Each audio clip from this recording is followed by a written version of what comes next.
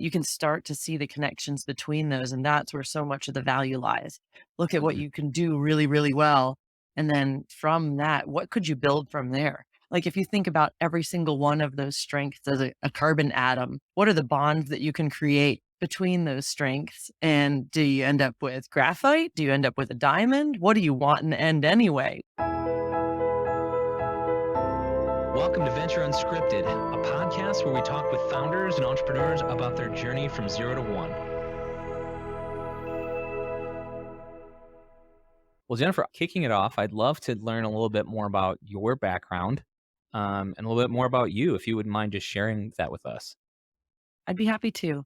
My background, my job at Hallmark is I am the design engineering manager for greeting cards as well as gift wrap, as well as an innovation leader for our company.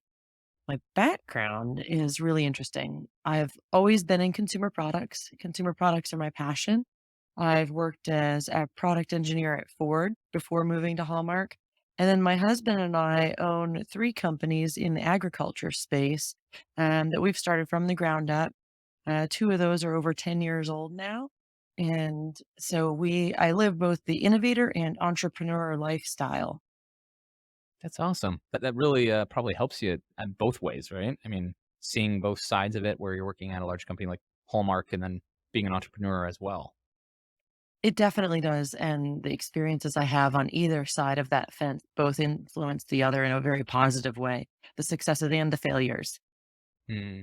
And what are you got to give a plug for your entrepreneurial businesses. What are they called?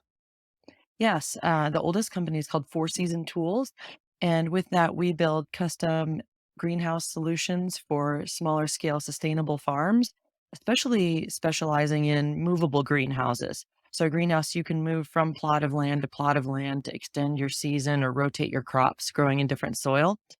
And then in order to do that well, we had to launch a farm because we are both engineers by degree and working in the agriculture space needed more experience in farming as well as it needed an R&D lab to test out the solutions we were developing for farmers across the country.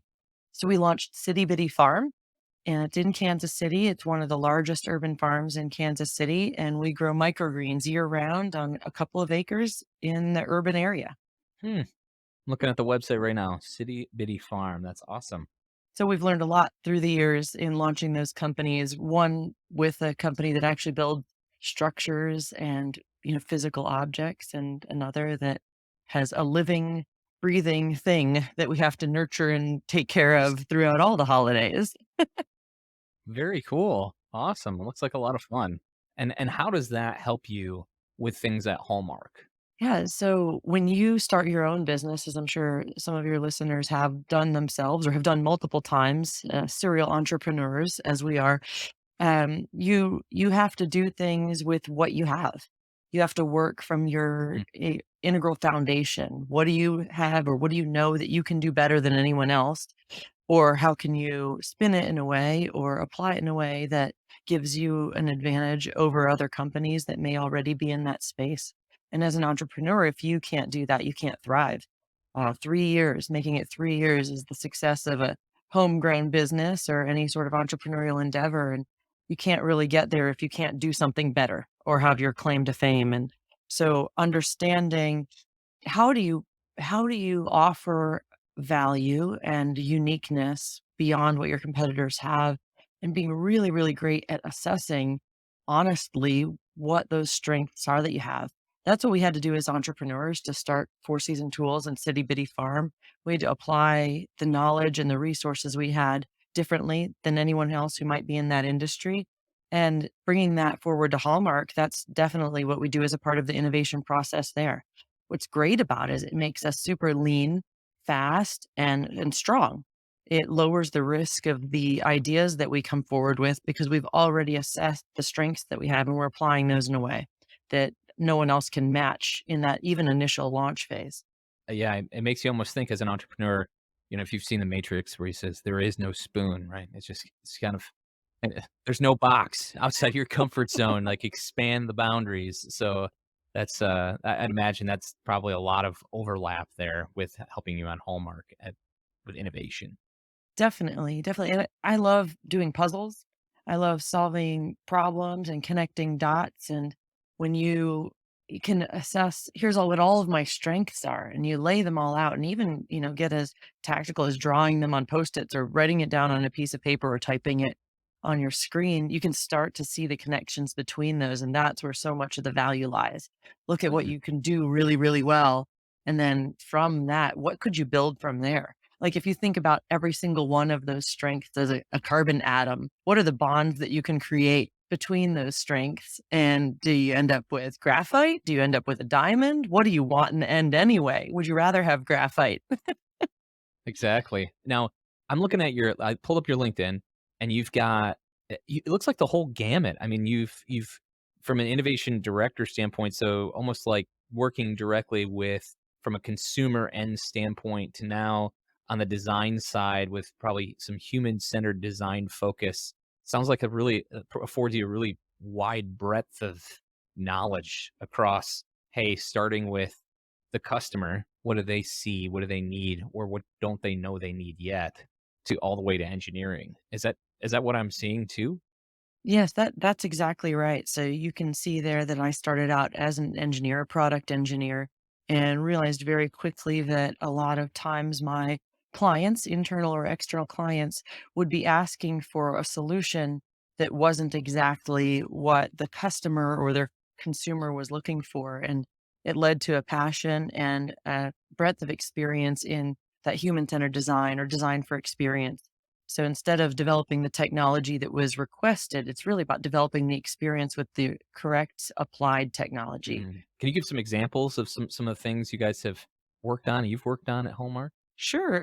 One of my favorite examples, and this is a few years ago, what I really love about it, it was launched before Siri was on your iPhone, probably even before iPhones were out. That wasn't that long ago, maybe 10 years ago. We were working on stuffed animals. I actually started at Hallmark making singing, dancing snowmen. I was hired in to do the animatronics of the electromechanical modules inside those, and we were working on stuffed animals and stuffed toys for kids and realized that the maturity of voice recognition technology was really improving. It was becoming a lot more Mm, accessible and accessible in lower cost devices. And so we invented a toy that would respond to your voice, a stuffed animal, specifically would respond to your voice as you read a book aloud. So Hallmark is very much interested in helping people make connections and build relationships with those people important to them in their lives. And making plush products or stuffed animals was a part of that. It was helping provide either representation for you when you're not there or just giving a little, bit of love in a kid's life. And we realized that stuffed animals are so important in a developing child's life. They're more than just a toy. They can be a companion. They can offer comfort. They role play. They're part of the imaginative play world. And so what we did was we applied voice recognition technology to that so that as parents were sitting down and reading to their kids, not only could they read to their kids, but the stuffed animals would listen along also. And the stuffed animals would interject in the way a 4-year-old might do when you're reading a storybook aloud at night with add-ons to the story or cute little moments. Or we had the first one we launched was called Jingle, and he was a husky pup at Christmas time. And you would say something and Jingle would just burst out into a howling song version of a Christmas tune. And so kids just they loved that. Not only did it make reading time more fun for kids who maybe didn't want to sit still so much, but they had a friend who was listening along with them. So we ran through those for a few years, and that really sparked my passion and development around the human-centered design process because we didn't start with voice recognition technology and say, what can we do with this? What we started with when that actually developed was the understanding that stuffed animals played a key role in the lives of kids and their families, and that reading time was a time that was important for that bonding between kids and either parents or caregivers or grandparents. So that's the moment we really wanted to help build out how can that be an even more emotional or fun moment. that's awesome. Yeah, I think that's so key with starting with the end consumer versus a technology and trying to shoehorn it into certain situations of how can we use this. I think that's key. I think you're right on there. And how did you guys go about doing your research? I'm assuming there was a research phase with before you just went ahead and built this plush animal of trying to figure out the need and trying to address a need that wasn't being addressed. Yeah, that's a great question. The great fortune at Hallmark of working with some amazing creative talent. Hallmark's one of the largest employers of creative professionals in the world. In just here in Kansas City, there's around 800 creative employees, and that's everything from designers to writers to the design engineers. And that group, that incredibly creative group, is constantly on the cusp of emerging technologies. So we really lean on everyone in the company to bring forward things that they're noticing in the marketplace, technologies that are becoming more accessible, news articles, things that are starting to make it into consumers' homes, things that we find people are just feeling more comfortable with than they were in the past. And that timing is super, super important, especially when you do have a large creative group thinking of off the wall, brilliant ideas. Figuring out when they really start to intersect most people's homes is a critical point for us. Yeah, that and I see that you also, looking at your LinkedIn again, speaking to the point you're just speaking about, saying everyone's kind of responsible for that. It looks like as an innovation director, you were leading innovation exercises and team activities to help fill your pipeline. How did you go about doing that? And what does that look like when we say innovation exercises? Yeah, that's a great question, and I'm sure that everyone has a different answer to it. There's so many different tools available. Personally, I have a strong belief in being insatiably curious, and therefore I might not ever lean on the same tool. I think that the job that we're doing is going to dictate the tool that we need or that's required. One of my more recent favorite examples of determining what kind of technology or what innovation to proceed with really starts with an interview process, a gathering of carbon atoms, I would say. um, so understanding not only what are the needs that your consumers or that your customers have and the strengths that you have as a company, but also who else is working on something even in the same company that has a passion project they want to move forward.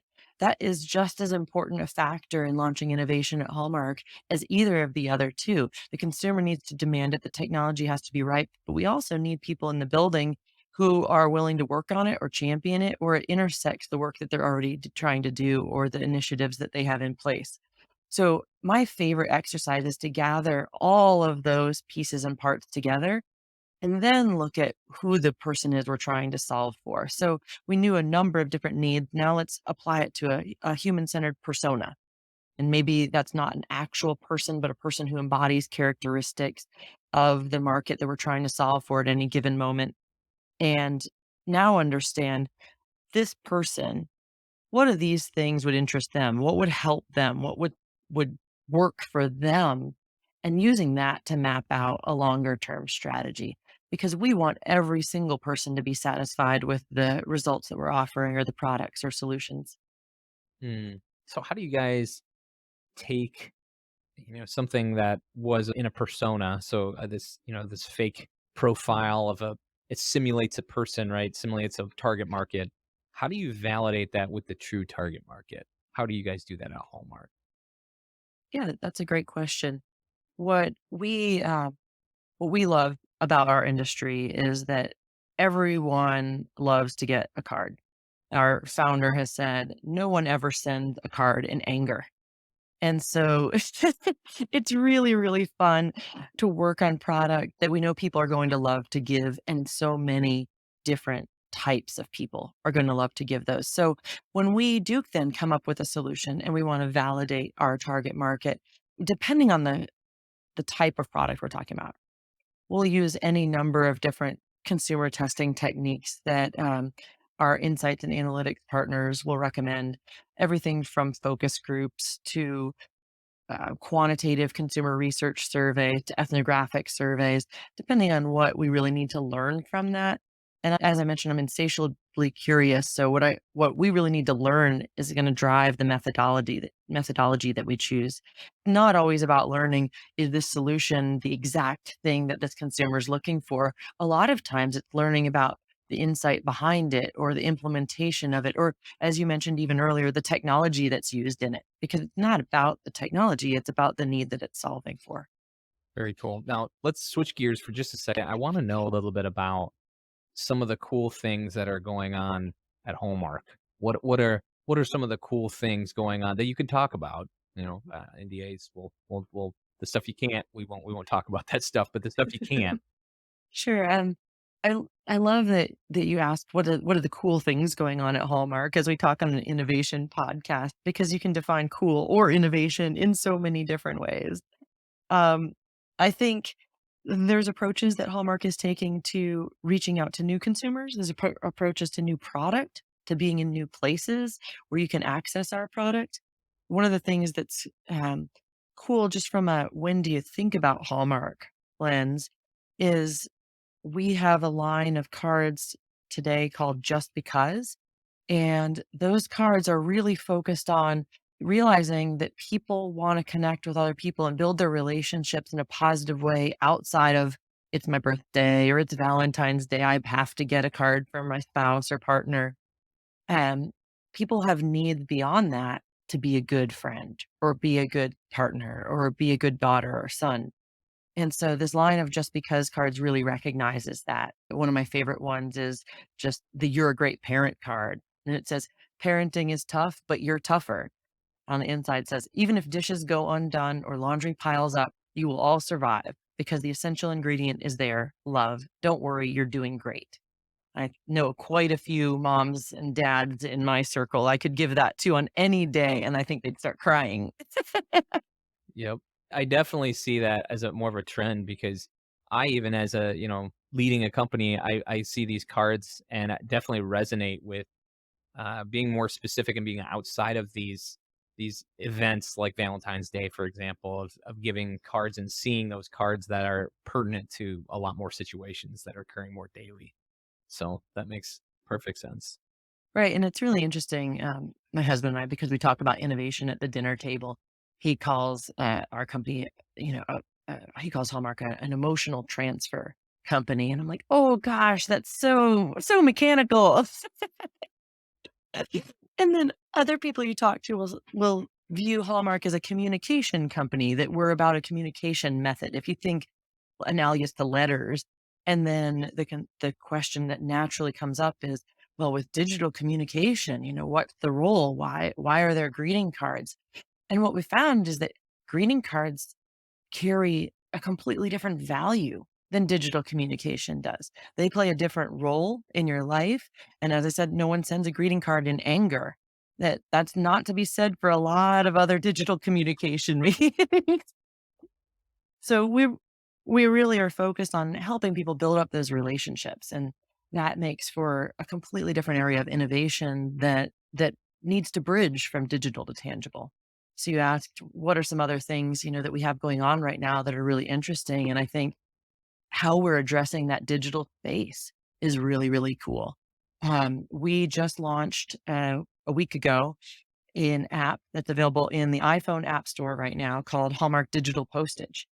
And what's so cool about that is that in that app, you are able to activate postage, pre-printed postage on a Hallmark envelope if you decide you want to mail that card. So you never have to get stamps anymore. You don't need to go to the post office. You can just activate through your app the postage that's already printed on your envelope and then toss it in the mail. Hmm. That makes it a lot more streamlined. That's great. I'm looking at it right now. I might have to download this. Yeah, and it's super, super fun, and if you have a stamp and you would rather just use, your special stamp that you walked to the post office and got, you can just stick that right over that code, and you're not losing any money because you haven't paid for it yet. So it's a really great thing that we're using to help people get those awesome, tangible, beautiful cards in the mail to people they care about, but not require that they go through so many extra steps. Yeah, that's great. Decreasing the barrier to entry because, it's so easy. And that's probably why it's such I feel like cards add I think you've hinted and said towards this direction of they just add so much more weight, when you receive one, right? Like, when I physically take the time and write something out to someone, that's unusual, right? Because in our society today, it's very digital. It's sending an email. That's a lot easier.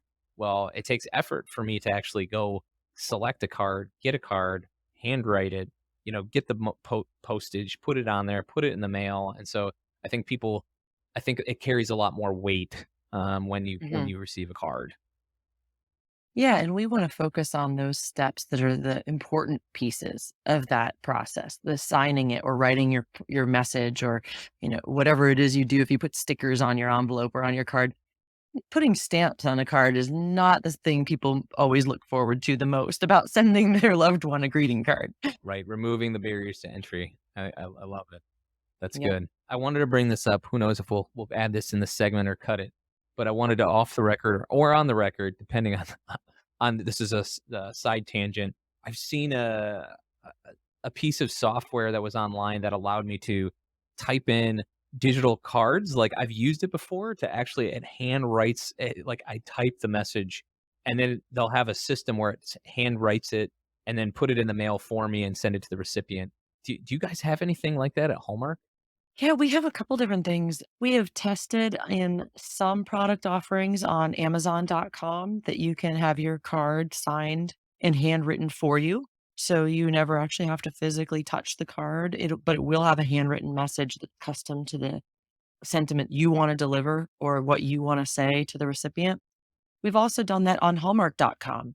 And either I think it's for a low cost, someone will handwrite a message for you, and then we'll send it along with the postage and, we'll pay the postage to send it to the recipient directly. It's something we're definitely exploring. Hallmark also has a patent issued on a handwriting digitization. And so it's definitely a technology that is important to our business because of the importance it has to our consumers, that Mm, personal touch. that's cool. I mean, I like you that you use the word experiments. So you guys are probably always rapidly running these experiments and trying to figure out what your end market, your end consumers really need. Yes, yes, we're always running experiments figuring out what works, what doesn't work. I think that when you're talking about an innovation program that's built on your corporate strengths, yet you know where you want to go. Let's say you've done that persona development work, you understand the perfect solution that would engage that consumer down the road, but you're not there yet. You're still over here at corporate strength. You have to figure out how can I get to point B?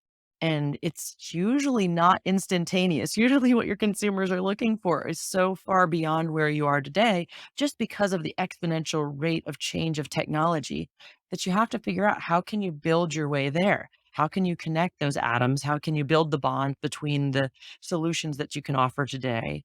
And we have to run experiments to build up those additional capabilities. So in the digital postage example that I shared with you, there is so much to get to a place where people are never going to have to put stamps on envelopes to send a greeting card anymore. And this experiment that we're launching is really helping us figure out what is our consumer looking for. Doing experiments in a tangible realm is completely different, though, than doing them in digital space. Mm, Building a beta test app and launching it, and that app having to work with a physical, tangible thing. It's a really exciting space to play. That physical digital interaction and the interface between those things. We have to learn and experiment as we go because that side of innovation is not mature at all. mm, Digital innovation is really starting, there's agile methodologies and there's processes in place for how to do that. But when we're talking about how digital influences the tangible product, or in reverse, how does tangible product interaction influence your digital development or experience? That's a pretty nascent field right now. mm. Yeah, it's what a lot of people call almost a sleepy field where talking about, you know, it's cool to hear all the innovation that is occurring at Hallmark in a market that's seemingly, I don't want to say dormant, but it's definitely more sleepy than you look at digital, but yet there's still an incredible amount of merit in a physical greeting card, and what can be done to reduce barriers to entry, and how to make it easier and simpler to send cards, and to have more options of cards, it sounds like. Yeah, that's definitely true. I think that as the technology and trend of smart homes grows, that need for that digital tangible interaction and how do you enable a positive consumer experience with physical things that are in your home is gonna grow. It's not Yeah. quite there yet, but we definitely are on the forefront of exploring that space with experiments like the ones I've mentioned. Awesome. Well, Jennifer, there's a segment that we normally would do. I'm going to switch gears here, unless you had something else you wanted to say about anything we've said so far before I switch gears. No, let's go. Okay. So this is something called the Innovator Hot Seat. So I'm going to ask you a series of questions that are unrelated to what we've been talking about. They're very random, but I'll give you a sample of them. So like there are going to be things like, what podcast do you subscribe to? One person you'd invite to dinner. So I'm going to go through these and then we'll unveil your answers. So this is the Innovator's Hot Seat here. So first question, what podcasts do you subscribe to? I listen to a lot of TED Talks. I have to admit that I prefer going to a lot of things in person over listening to podcasts. So when we have TEDx KC events here locally, I really enjoy that face to face interaction. It might be the human component to my job and understanding human interaction. I just love to get in front of people. Good. Okay, one person you would invite to dinner. My husband. Serial innovators don't get a whole lot of time together. No, oh gosh. I think if I had to invite someone to dinner, outside of my own family, it would probably be Jeff Bezos. I'm just curious because what I'm really fascinated by is the way that he built up Amazon from a company that sold books online. And I know that there's plenty of research out there that tell that story and describe that story. But I would just love to get in his head and have a conversation about that vision and how much of that was predetermined and how much of that was accidental and what he did with those happy accidents and the failures that when it came along the way. I think just because it's been a seemingly I think I think 15 years ago, 20 years ago, no one would have predicted it, and it's just a fascinating journey. So I'd love to get behind into the process behind that. Sure. Well, the good news is Jeff Bezos is listening, I'm sure, and he'll reach out. So cool. Number 3, one thing you'd bring with you on a desert island, and it can't be a person. So no husband. All right. One thing I'd bring with me on a desert island. Um, I might say a pen. Pen. I think I would bring a pen. I think that would come in handy or just keep me sane. I think it would be a hard thing to recreate and very frustrating. I'd like to think I could already make fire. That's an kind of Now, would you ambitious want goal. paper to go with it, or would you? I think you can write. That's a funny thing. I think you can write on a lot of things, Yeah. but the writing maybe a Sharpie, a nice Sharpie marker that might be more practical. Lots of Mm. refills, right? Yeah. I think you can solve so many problems, but I'm a really visual person in case you haven't guessed that already. And it might be really frustrating and difficult to do without being able to make thoughts visual. Good point. Very good point. What about the last book you read? The last book I completed was Life of Pi.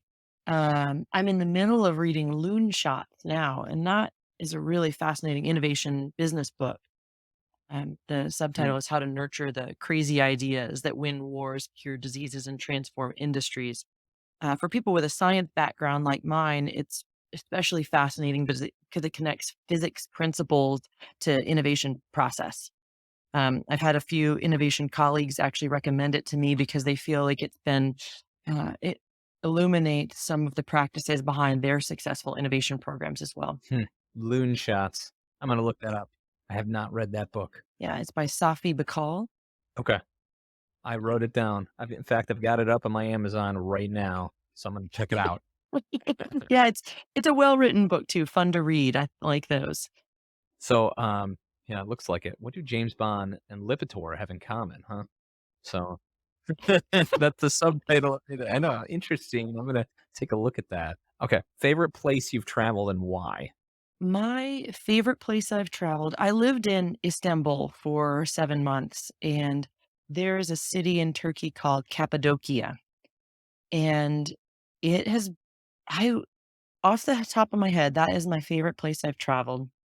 And the reason is that it is just an ancient city that's built into the stones and carved into the stone mountains.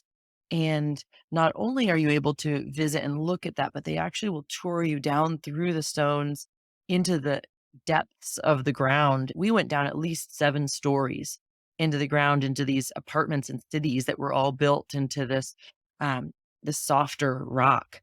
And I think that the opportunity just to dig into literally, another culture, an ancient culture like that, and see a different way of living and imagine what it was like to be in that environment and to walk the paths that those people walked was just a fabulous, fascinating experience. Hmm. I think that fits probably in line with, your innovation background where you're almost, like, acting like an anthropologist, right? How do they live and how do they interact? So, good. Yeah. My new favorite topic to study for technology trends for our team is, all around neuroscience. There's so much happening in understanding how the brain works, and I just love to understand what we're learning about how healthy relationships are developed or how people feel good and how that connects to the activities and the chemicals and the structure of the brain. And there's so much there that I think is going to drive future developments for products down the road. When you think about, the future, and as the design engineering manager at Hallmark and an innovation leader, we have to think years ahead, 3, 4, 5 years ahead. And as those technologies begin to converge and neuroscience develops understandings of the science, at the same time, uh, nanotechnology is developing new ways to release or create products or even have different interfaces to products, along with robotics converging in with that so that you can have different responses to the interaction with product. I think that there's so much that's happening in that technology space, and as it all comes to light together, what that makes possible is just really fascinating. It's giving us a playbook that the pages aren't even available yet, much less are you able to write in it. And just seeing, how can you foretell? How can you see what that future looks like? What are the clues that are going to make it evident to what we'll need to develop down the road? And as I mentioned earlier, where do we start building strengths? What is the strength I'm going to need 3 years from now if we understand that the brain functions differently and a different type of interaction between people is needed? Yeah. So when is Hallmark going to develop a neurotransmitter that automatically knows when I need to send a card and write it all for me and send it in just by a thought, right? Yeah, we have no interest in being in the creepy side of things. Yeah, yeah, we do have a patent on helping you determine, though, your own, appearance through augmented reality. It's kind of a cool one to look into as Halloween approaches. If you were able to pre-program what you looked like to anyone viewing you through a smart device, what would that be? And how could that change our interactions with other human beings? Hmm. So elaborate on that. That's interesting. What give me a little bit more details behind that. Well, oh gosh, I'm not really sure. Yeah. Is it like software? Like, that's what I'm trying to envision in my mind what with AR, VR, like, what does this look like?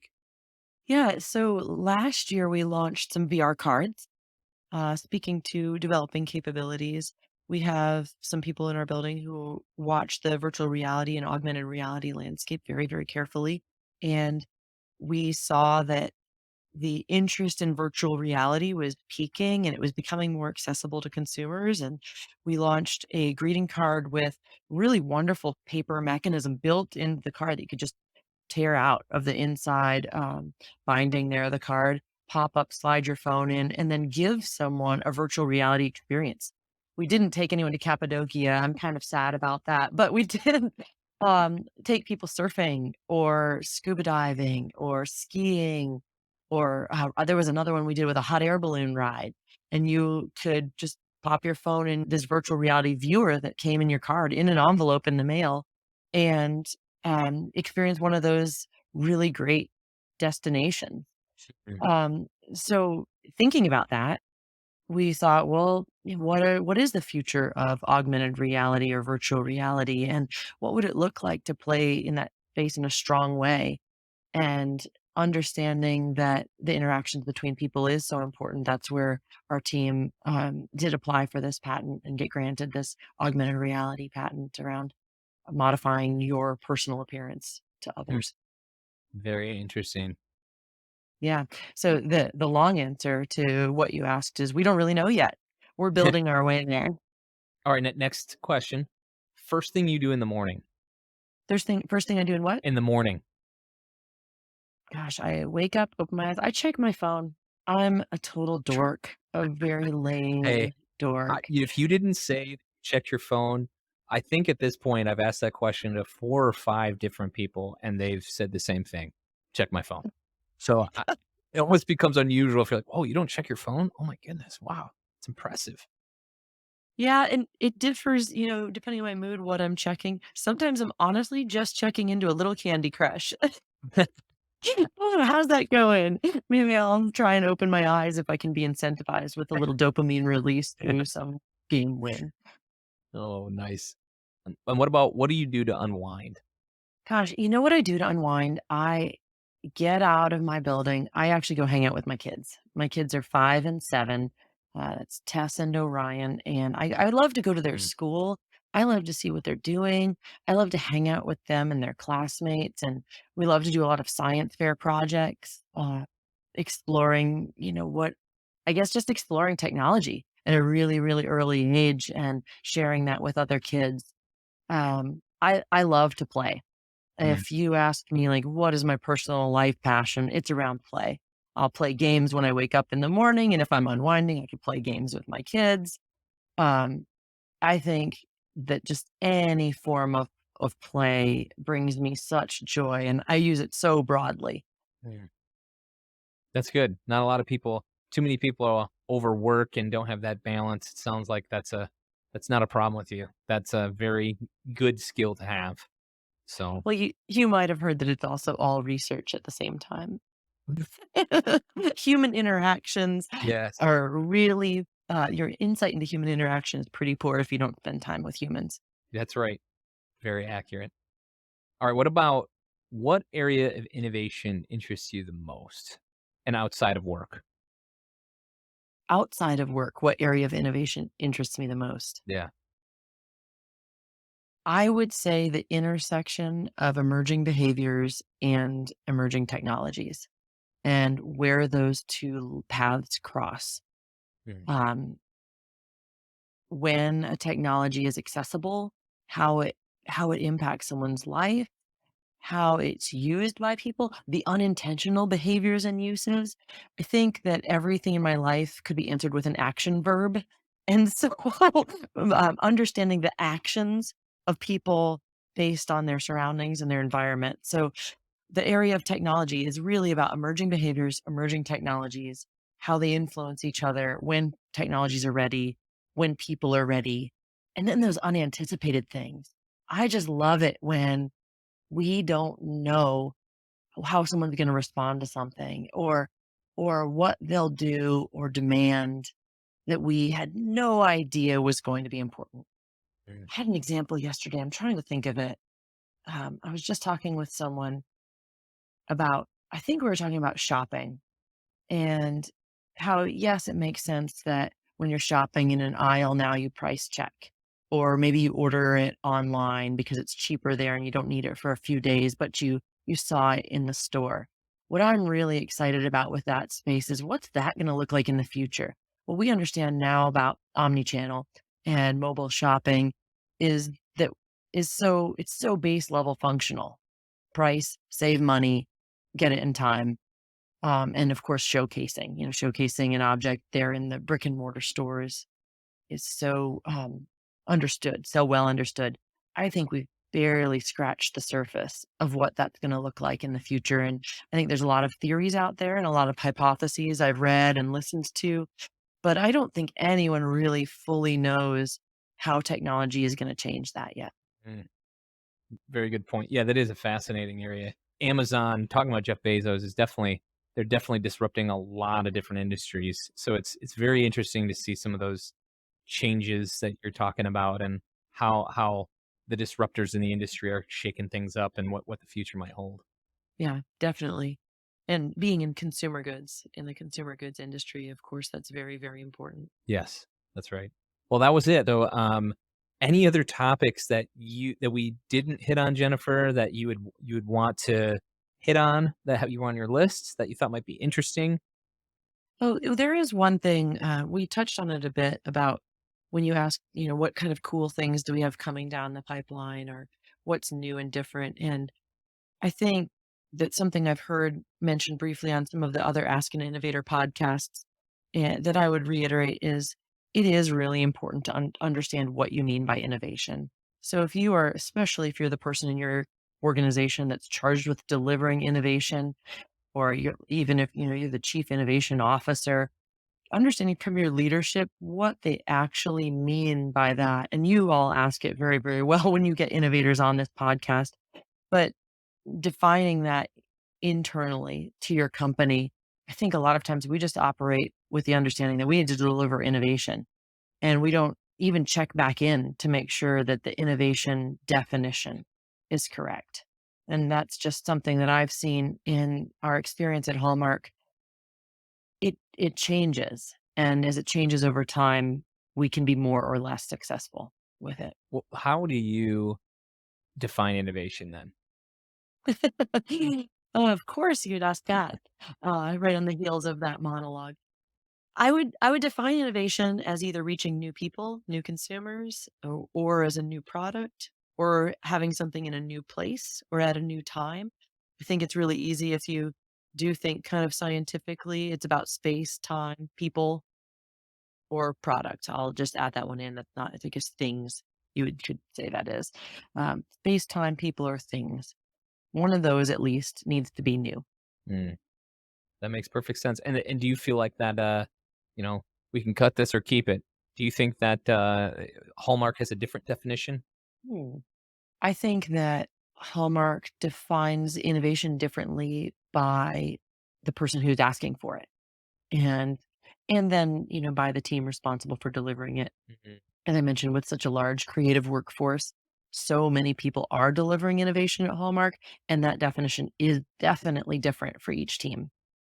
Completely different. We have innovation just side by side on the card rack today. You'll see a greeting card that folds out into an elaborate paper structure that could be, it could be a cactus garden or Noah's Ark. Next to, 4 feet away, we'll have a greeting card that when you open it pops up into the shape of a toilet with flushing and fart sounds.